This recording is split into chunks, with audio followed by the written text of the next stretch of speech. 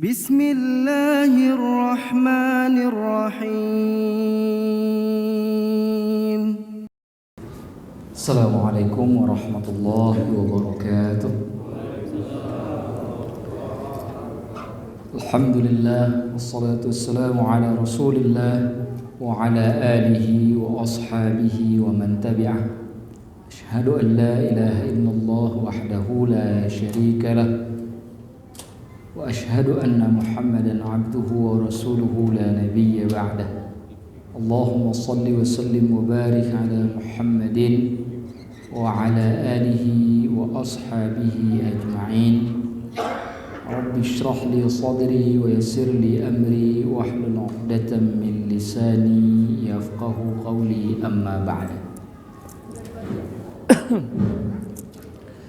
Hadirin yang dimuliakan oleh Allah Subhanahu wa taala, insyaallah pada kesempatan kali ini kita akan melanjutkan pelajaran kita yang sudah kita pelajari sebelumnya terkait dengan tugas yang ke-8 yang berhubungan dengan zakat, yaitu mencari orang-orang khusus yang menerima zakat ataupun infak, begitu juga dengan sedekah yang kita keluarkan. Imam Al-Ghazali menyebutkan ada 6 sifat kekhususan tersebut. 4 diantaranya alhamdulillah sudah kita pelajari. Yang pertama adalah orang yang lebih memilih akhirat daripada dunia atau mementingkan akhirat daripada dunia. Yang kedua orang yang berilmu. Yang ketiga orang yang benar di dalam ketakwaan dan ketauhidannya, ditandai apabila dia menerima sesuatu dia mendahului syukurnya kepada Allah daripada kepada makhluk Allah.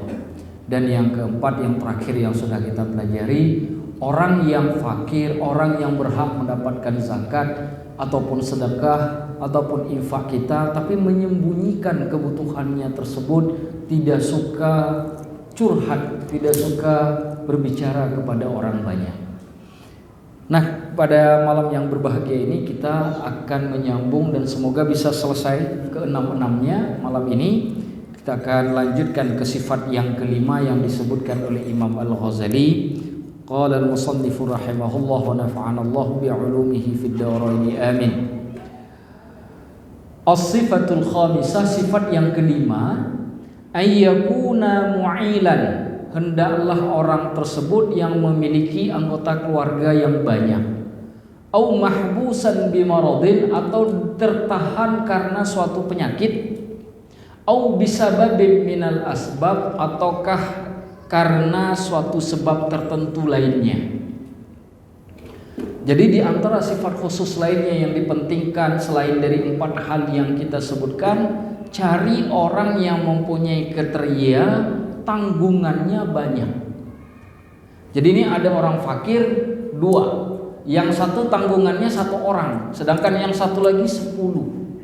Dahulukan orang fakir yang tanggungannya lebih banyak daripada yang sedikit. Atau sebaliknya, orang tersebut dia fakir bukan karena malas tapi karena nggak bisa bekerja. Kan ada orang yang mungkin cacat anggota tubuhnya atau punya penyakit yang menyebabkan dirinya tidak bisa bergerak sehingga tidak bisa mencari kerja, tidak bisa cari rezekinya Allah. Maka fakir yang begini didahulukan daripada fakir yang sehat, karena fakir yang sehat masih dimungkinkan untuk mencari kerja. Nah, ini sifat khusus namanya. Fayujadu fihi ma'na qawlihi azza wa jal. Hal ini terkandung di dalam makna firman Allah Ta'ala, lil fuqara'il ladzina uhsiru fi sabilillah. Orang-orang fakir yang tertahan di jalan Allah, la yastati'una darban fil ard, dia tidak sanggup untuk bepergian di negeri-negeri di muka bumi ini. Gak bisa. Kenapa? Karena kalau dia melakukan perjalanan, dia harus bekerja ke sana kemari, kosnya besar, dia gak punya. Akhirnya dia hanya bisa ada di tempat itu saja. Dia tertahan. Atau orang di masyarakat kita ada yang model begitu, Pak, guru ngaji di kampung-kampung. Bapak, coba lihat tuh guru ngaji di pelosok-pelosok tuh, guru ngaji di kampung. Itu guru ngaji di kampung tuh nggak ada gaji. Nggak ada gaji Pak. Yang ngajarin alif bata anak-anak kita itu nggak ada gaji. Kalau kita di Jakarta, di kota-kota besar, kita masih bisa sediakan. Di kampung-kampung itu nggak sanggup Pak. Itu dibayarnya pakai apa? Pakai pisang, pakai kelapa. Itu pun juga nggak setiap waktu. Tapi ini kalau guru ngaji ini pergi ke sawah, pergi ke ladang, nggak ada yang ngajarin anak-anak ngaji. Ini yang disebut tertahan di jalan Allah, itu yang begitu tuh. Dia bisa cari makan anaknya, tapi ini orang nggak ada lagi yang ngajar. Gak ada lagi yang ngajarin Al-Quran, gak ada lagi yang ngajarin agama, gak ada lagi yang ngingetin orang, gak ada lagi yang ngasih nasihat masyarakat muslim. Kalau beliau cari rezeki. Jadi harus ada dua pilihan. Beliau tetap ngajar masyarakat, beliau tetap ngajar anak-anak sampai bisa ngaji, beliau gak cari kerja. Nah, orang yang model begini didahulukan pemberian zakatnya dibanding orang fakir yang masih mungkin tidak tertahan atau mungkin untuk mencari rezeki.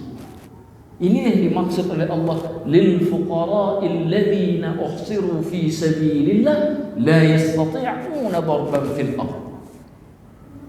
Orang-orang fakir yang tertahan di jalan Allah dan dia tidak bisa ke negeri-negeri. Karena tadi itu.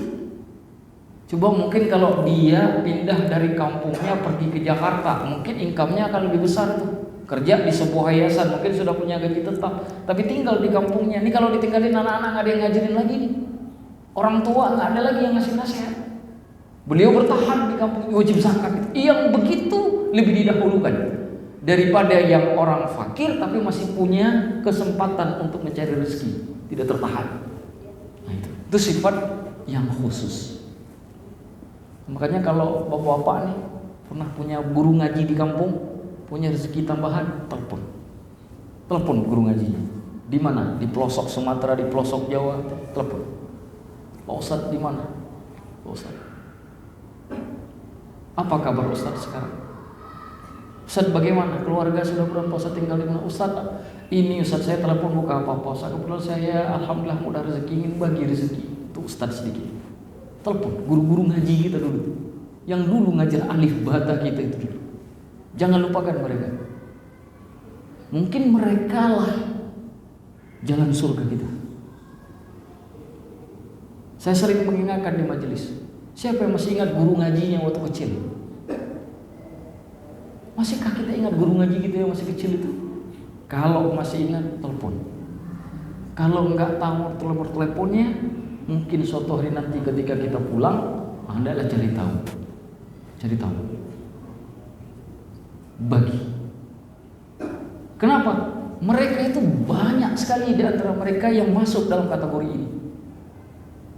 Banyak sekali. Kok saya tahu? Karena saya melihat. Saya juga punya guru ngaji dulu di kampung. Mereka tetap begini. Mereka itu kalau misalkan kerja ini nggak ada yang ngurusin. Ada yang jaga masjid, Pak. Sendiri jaga masjid. Kalau di kita kan marpat ada beberapa ini sendiri, Pak. Gak ada gaji khusus. Kenapa? Karena masjidnya nggak kayak di kita. Setiap Jumat kita mungkin bisa dapat 2 juta, 3 juta, 4 juta, 5 juta tuh masjid. Di daerah apa? Masuk diumumin di mimbar masjid 200.000 satu Jumat. Gimana gaji marbun? Akhirnya mereka hidup asal bisa makan sudah syukur. Asal bisa makan sudah syukur. Udah begitu ngajarin anak-anak ngaji, kadang-kadang ngajarin orang tua ngaji, sesekali dikasih pisang, dikasih kelapa, telepon. Angkat telepon mereka. Jangan lupakan jasa mereka. Orang-orang itu masuk di dalam sifat yang khusus. Masuk dalam sifat yang khusus. Jadi jangan cuma ingat ustadz yang waktu kita besar, sedangkan ustadz waktu kita kecil kita lupakan. Guru kita yang waktu kita kecil itu kita lupakan. Jangan. Justru tanpa mereka mungkin kita sampai hari ini nggak bisa baca Al-Quran. Ingat mereka. Mereka masih berjuang mungkin. Kita kecil mereka berjuang, kita sudah besar mereka masih hidupnya berjuang. telepon. Orang-orang seperti itu harus dicari. Ini bab yang kita kaji. Masuk ke dalam sifat yang kita pelajari. Allahu a'lam bishawab. As-sifatus sadisah, sifat yang keenam atau yang terakhir dari sifat yang khusus. Ayyakuna minal aqaribi wa dzawil arham. Hendaklah orang tersebut didahulukan yang merupakan kerabat dan orang yang punya hubungan silaturahmi atau nasab. Silaturahminya itu ke nasab atau kekerabatan. Sepupu, paman, bibi, nah itu kerabat. Jadi kalau ada orang fakir, kita punya orang fakir teman, atau punya kenalan teman kita jauh tempatnya, kita juga punya saudara jauh juga tempatnya, dahulukan saudara kita. Itu jauh lebih baik. Dahulukan. Bagaimana dengan zakatnya? Berikut zakatnya, berikut dengan sedekahnya sama saja. Jadi kalau punya sedekah, bapak daripada ngasih ke orang lain dulu, lihat dulu di anggota keluarga, adakah yang berhak zakat ataupun yang pantas diberi sedekah. Ingat, kalau zakat diharamkan kepada orang yang berhak dinafkahi, haram hukumnya. Tidak boleh diberikan kepada keluarga yang merupakan wajib nafkah, tidak boleh. Mana contohnya? Suami ke istri nggak boleh zakat. Dek, ini bulan ini 200.000 nafkah sekaligus zakatku, nggak boleh. Zakatnya tidak dihitung. Tapi bolehkah istri berzakat ke suami? Boleh. Kenapa? Karena tidak wajib nafkah. Bang, aku lihat engkau ini makin lama makin sedih aja hidupmu. Ini, aku punya sedekah 250.000 bulan ini, tahun ini. Aku kasih saja untuk dirimu. Kenapa? Kulihat tetangga miskin, engkau fakir malah. Aku kasih untuk dirimu. Kata istrinya nih kepada suaminya. Boleh tidak? Boleh. Kenapa dibolehkan? Karena bukan wajib zakat. Wajib nafkah. Bukan wajib nafkah. Ayah sudah tua. Orang tua, ayah, ibu sudah tua, tidak bekerja lagi, sudah nggak punya income. Yang ada pun tidak banyak. Akhirnya anak-anak yang menanggung hidupnya. Anak ini tidak boleh memberikan zakat kepada ayahnya. Begitu juga ayah tidak boleh ngasih zakat ke anaknya. Sepupu dengan sepupu yang tidak wajib nafkah, ke paman. Tapi nanti ada yang jalur paman itu yang wajib nafkah kalau tidak ada orang di bawahnya. Itu jalur paman dari anak laki-laki yang biasa disebut di masyarakat Melayu itu wali. Paman dari ayah, saudara ayah. Jadi kalau misalkan begini, ada satu keluarga punya anak perempuan misalkan begitu. Ini perempuan ini tidak punya saudara laki-laki, baik kakak maupun adik. Ayahnya sudah meninggal, kakeknya juga tidak ada. Maka kemudian kewaliannya itu lari ke paman dari ayahnya. Kalau dia masih kecil, maka paman ini wajib menanggung nafkahnya sampai besar, wajib hukumnya. Kalau tidak, dosa di si paman. Kenapa? Karena paman dari ayah ini bimatsabatil ab, posisinya ada pada posisi ayah. Kenapa dia kemudian wajib? Karena yang paling dekat sudah tidak ada. Ayah udah nggak punya, kakek nggak punya, abang nggak punya, abang laki-laki, adik laki-laki nggak punya, sehingga larilah ini kepada wali dari paman ayah. Bisa dipahami, Pak? Nah, ini nanti si anak perempuan ini tidak boleh dapat zakat dari pamannya itu. Begitu sebaliknya, kalau ini jadi anak laki-laki terus pamannya kemudian sakit segala macam dan tidak ada yang menanggung. Anak nggak punya, saudara nggak punya, cuma dia ponakannya misalkan yang mampu. dia wajib menanggung si paman dari ayahnya itu. Siap? Oke? Dan tidak bukan itu jadi tanggungan nafkahnya, maka tidak boleh kasih zakat. Logika sederhananya sederhana. Yang wajib nafkah tidak boleh diberikan zakat. Sama hukumnya pada orang meninggal, Pak. Ada orang meninggal dunia, biasanya kan ada wasiat kan. Nah, kalau saya meninggal nih, tanah ini tolong kasih ke masjid. Pernah kan kita dengar itu? Itu disebut wasiat. Wasiat ini hukumnya dua. Pertama, tidak boleh kepada ahli waris. Sama tadi itu. Zakat tidak boleh kepada wajib nafkah. Kenapa tidak boleh? Karena sudah dapat nafkah. Kenapa wasiat tidak boleh kepada ahli waris? Karena sudah dapat warisan. Makanya disebutkan oleh Rasulullah, al-wasiyatu li ghairi waris. Wasiat itu untuk selain waris. Syarat yang kedua pada wasiat, tidak boleh lebih sepertiga. Kata Ibnu Abbas, wa thulutsu katsir. Sepertiga itu saja sudah banyak. Jadi kalau wasiatnya 2/3, tidak boleh dijalankan haram. Ayah ngasih wasiat, nah 2/3 dari hartaku kasih ke masjid, haram itu dijalankan. Masjid juga haram menerima uang itu.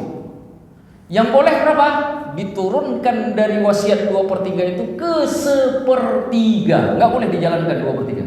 Kenapa? Karena wasiatnya tidak sesuai syariat. Karena syariat membolehkan maksimalnya sepertiga. Nah, gitu. Hati-hati. Ini bapak-bapak nih sakit, kasih wasiat ke anak misalkan seperti itu. Hati-hati. Kata Ibnu Abbas, aku lebih senang wasiat itu dilakukan 1/4, bukan 1/3. Nabi mengatakan 1/3 itu paling banyak. Kata Ibnu Abbas, yang paling kusukai 1/4. Kenapa? Beliau berdalil kepada ayat Al-Quran, wal yakhshal ladzina taraku min khalfihim dzurriyyatan dhi'afan khafu 'alaihim. Hendaklah takut meninggalkan generasi setelahnya dalam kondisi yang lemah, khafu 'alaihim, yang membuat kita takut dengan kondisi mereka. Maka kata Ibnu Abbas, turunkan 1/4. Nah, jadi ini sama hukumnya. Yang wajib, yang dapat warisan tidak boleh lagi dapat wasiat kecuali masa hidup. Kalau setelah beliau meninggal nggak boleh. Kalau yang wajib nafkah tidak boleh dapat zakat. Nah, itu. Baik.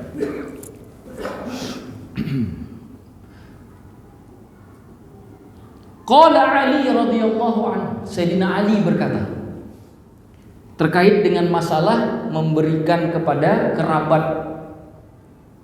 Kata beliau, li'an asila akhan min ikhwani bidirhamin, menyambung silaturahmi dengan saudaraku. Saudara maksud di sini adalah saudara yang punya hubungan kekerabatan. Bidirhamin, dengan 1 dirham, atau memberikan 1 dirham kepada kekerabat. Ahabbu ilayya, lebih aku sukai, kata Sayyidina Ali, min atasaddaqa bi'ishrina dirhaman, daripada aku bersedekah kepada orang lain 20 dirham. 1 dirham yang kuberikan kepada kerabatku itu lebih aku sukai daripada 20 dirham yang kuberikan kepada orang lain. Wali'an asilahu bi'ishrina dirham, menyambung silaturahmi dengan kerabatku tersebut dengan 20 dirham. Ahabbu ilayya min atasaddaqa bi 100 dirham, lebih aku sukai daripada aku bersedekah 100 dirham untuk orang lain. Itu kata Sayyidina Ali. Wali'an asilahu bi 100 dirham, aku menyambung silaturahmi dengan kerabatku tersebut bi 100 dirham, dengan 100 dirham. Ahabbu ilayya min an a'tiqa raqabah, lebih aku sukai daripada aku memerdekakan budak. Dikata Sayyidina Ali. Ini menunjukkan memberikan zakat, memberikan sedekah kepada kerabat lebih disukai, lebih didahulukan karena memiliki sifat khusus. Maka bapak-bapak kalau punya zakat, punya sedekah, lihat dulu di keluarganya, adakah orang yang berhak mendapatkan itu? Kita kasih ke temannya teman kita. Teman kita punya teman lagi. Kita kasih. Orangnya di mana? Di Sulawesi sana. Ada saudara kita yang tidak jauh dari rumah kita. Sudahlah saudara tak jauh pulang rumah kita, tak kita pedulikan. Itu oleh sebagian ulama dicela. Tapi bersedekah tetap dicela. Coba bayangkan. Subhanallah. Kenapa? Karena meninggalkan yang utama itu bagian celaan. Jadi bapak-bapak, ada sedekah, ada zakat, lihat di keluarganya masing-masing. Adakah orang di keluarga saya yang berhak saya bantu? Yang sedekah saya bisa saya berikan, yang zakat saya bisa saya tunaikan? Ada Ustaz. Dahulukan mereka. Karena kenapa? Mereka punya sifat khusus. Kalau ada orang bertanya, kenapa mereka didahulukan? Ada 6 golongan orang yang didahulukan karena dengan sebab sifat yang khusus. Salah satunya kerabat dengan tujuan menghubungkan silaturahmi kekerabatan. Itu. Sebagaimana Sayyidina Ali mengatakan, menyambung silaturahmi dengan saudara yang dalam kekerabatanku, walaupun 1 dirham, itu lebih aku sukai daripada aku bersedekah dengan 20 dirham. Menyambung silaturahmi dengan dirinya 20 dirham, lebih aku sukai daripada aku bersedekah 100 dirham. Menyambung silaturahmi dengannya dengan 100 dirham, lebih aku sukai daripada aku memerdekakan seorang budak. Coba bayangkan, itu kan luar biasa kalimatnya. Menunjukkan fadilahnya luar biasa. Baik. Wal asdiqa'u wa ikhwanul khairi aidan yuqaddamuna 'alal ma'arif kama yataqaddamul aqaribu 'alal ajanib. Teman, sahabat dan orang-orang yang berbuat baik yang ada di sekitar kita itu didahulukan 'alal ma'arif daripada orang yang berilmu. Teman dan orang tapi ada juga Ustaz teman, tapi nakalnya naudzubillah enggak didahulukan. Kalau bahasa sekarang apa? Partner in crime. Nah itu enggak boleh didahulukan partner in crime itu. Yang boleh didahulukan adalah partner dalam kebajikan. Teman tapi berbuat baik. Dalam kebaikan temannya. Yang itu pun juga didahulukan daripada orang berilmu. Sebagaimana kekerabatan didahulukan daripada orang lain. Tuh. Ini kan sering kita lupa, Pak. Betul? Jadi ketika kita belajar begini, sekarang kita lagi mengulang. Oh, ini ternyata sifat-sifat khusus. Jadi besok kalau saya punya sedekah, ini dulu saya dahulukan. Ini ada berapa semuanya? 6. Coba kita ulang. 1. Yang lebih mementingkan akhirat daripada dunia. Bagaimana kita melihatnya? Lihat aktivitasnya sehari-hari. Kalau lebih banyak di warung daripada di masjid, atau orang yang lebih banyak di masjid daripada di warung, itu contoh. Kan bisa diperhatikan ini. Kedua, orang yang berilmu dengan orang yang awam. Dahulukan orang berilmu. Yang ketiga, orang yang benar di dalam ketakwaan dan ketauhidannya kepada Allah. Dari mana kita tanda? Saban waktu kalau kita lihat ada orang ngasih apapun, alhamdulillahnya lancar tuh di lidah. Syukurnya kepada Allah lebih duluan daripada syukurnya kepada makhluk. Orang itu pun harus didahulukan. Kalau kita kan biasa terbalik, kita pengennya diterima kasih terlebih dahulu. Ternyata bukan itu yang khusus. Jadi ketika kita ngajinya orang belum, saya udah ngasih belum terima kasih nih ke saya, tapi udah 2 kali alhamdulillah, senanglah dengan orang seperti itu. Walaupun ke kita belum, ke Allahnya sudah 2 kali, senanglah karena dia mendahulukan Allah daripada kita. Karena dia berarti punya sifat yang khusus. Keempat, orang yang tidak suka memperlihatkan dirinya kepada orang lain sedangkan dirinya dalam kondisi membutuhkan. Dia suka menutupi. Dia nggak suka umbar-umbar kepentingannya. Saya udah 4 hari nggak makan. Ada setengahnya lagi 4 hari setengah. Satu kampung orang tahu. Tidak. Orang yang menyembunyikan kefakirannya di hadapan manusia karena dia sibuk curhat kepada Allah. Orang ini orang yang khusus dan dia didahulukan. Bagaimana saya tahu orang dia tidak pernah cerita? Ustaz, kan kita bisa lihat kehidupannya, rumahnya, pekerjaannya. Kan bisa kita deteksi itu. Sudah berapa? 4. Yang kelima, orang yang dalam kondisi punya tanggungan anggota keluarga yang banyak, atau orang fakir tapi terhalang kefakirannya. Kefakirannya itu terhalang untuk dihilangkan. Maksud terhalang untuk dihilangkan apa? Dia punya penyakit sehingga nggak bisa kerja, sehingga fakir terus. Atau seperti kasus tadi, cerita guru-guru ngaji di kampung-kampung itu. Ini orang-orang yang khusus. Orang yang seperti ini harus didahulukan. Yang terakhir sifat yang khusus itu adalah kerabat, sanak famili, orang yang punya hubungan nasab dengan kita. Maka dari 6 sifat yang khusus ini, jika ada pada diri seseorang 6-6-nya, maka dia lebih diutamakan dari orang yang cuma punya 4. Ini 6-6-nya ada. Orang tersebut, 1, kerabat. Kedua, kalau urusan akhirat gak usah difikirkan lah. Masyhur tuh orang, zikirnya, sholatnya, majelis ta'alimnya nggak ada lawan. Ketiga, orangnya berilmu. Keempat, orangnya itu kalau urusan dengan Allah itu hubungannya spesial. Anda boleh ngasih apapun, yang pertama disebutkan adalah Allah, bukan diri orang yang memberikan. Terakhir, ini orang fakir, tanggungannya juga banyak misalkan. Nih, kalau ada 6 sifat yang khusus ini pada diri seseorang, maka lebih didahulukan daripada yang lain. Maka kita melihat jadi kalau melihat orang yang nerima sedekah, orang nerima zakat dari 8 golongan yang telah disebutkan tadi, cari ini ada nggak 6 sifat ini pada dia.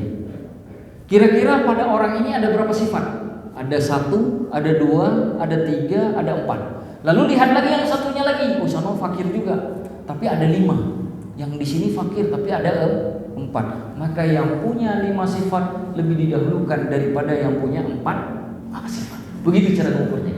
Nanti didahulukan yang punya 6 sifat, lalu dahulukan yang punya 5 sifat, dahulukan yang 4, seterusnya sampai yang 1 sifat. Kalau nggak ada lagi yang khusus, baru kemudian dipakai yang umum. Orang itu fakir tapi nggak pernah ke masjid. Tapi kalau nggak dikasih, nggak ada lagi tempat sedekah. Kenapa? Orang fakirnya begitu semua.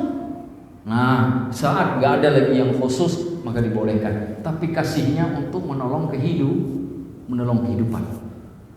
Jangan dikasihnya berlebihan juga, nanti dipakai judi lagi. Nah, itu juga berbahaya. Jadi kita ini yang ngasih juga harus pintar-pintar. Tapi kita kasih untuk membantu kehidupan. Setidaknya masih ada yang bisa dimakan. Itu tujuannya. Wallahu a'lamu bishawab. Ada pertanyaan? Saya persilakan. Selama kita bahas sifat khusus ini belum saya buka tanya jawab. Ini saya buka terakhir. Kalau ada dipersilakan. Kalau tidak ada kita akhiri sampai di sini. Insyaallah minggu depan kita akan belajar 8 kelompok yang wajib zakat. Penjelasannya seperti apa? Orang fakir, orang miskin, seterusnya sampai 8 golongan. Nah, itu nanti akan kita jelaskan siapa-siapa mereka dan sifat-sifat yang ada pada mereka yang dijelaskan oleh Imam Al-Ghazali insyaallah. Ada pertanyaan? Berapa menit lagi? Silakan, Pak. Minta diulang. Baik. Yang 6 sifat tadi, Pak. Baik. 1, orang yang mendahulukan akhirat daripada dunia. 1, orang yang mendahulukan akhirat daripada dunia.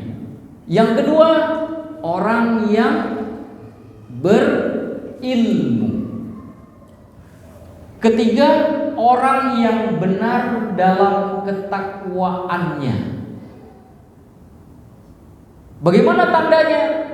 Syukurnya kepada Allah lebih dulu daripada syukurnya kepada makhluk Allah.